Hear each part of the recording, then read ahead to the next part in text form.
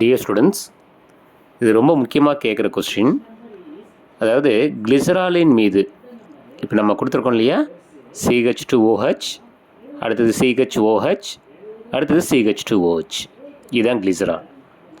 கிளிசராலின் மீது potassium hydrogen சல்ஃபேட்டோட வினை என்ன?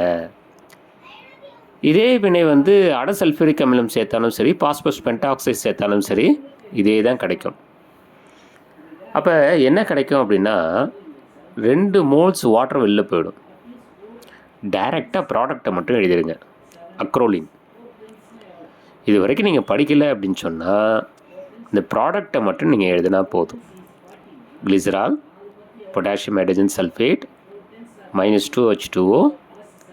அக்ரோலின் ஃபார்முலா என்னென்னா CH2 double bond CH single bond CHO. Ethylene போடுறோம் இல்லையா, CH2 டபுள் பாண்ட் CH2, அதில் ஒரு ஹைட்ரஜன் எடுத்துகிட்டு CHO சேர்த்துருங்க. இதான் வந்து அக்ரோலின் வினைல் ஆல்டிஹைட் அப்படின்னு பேர். திடீர்னு கொஸ்டின் எப்படி கேட்பாங்கன்னா, கிளிசராலின் மீது பொட்டாசியம் ஹைட்ரஜன் சல்ஃபேட்டின் வினை என்ன? அல்லது கொஸ்டின் எப்படி கேட்கலான்னா, கிளிசராலின் மீது கிளிசராலை அக்ரோலினாக எவ்வாறு மாற்றுவாய்? கிளிசராலை அக்ரோலினாக எவ்வாறு மாற்றுவாய்?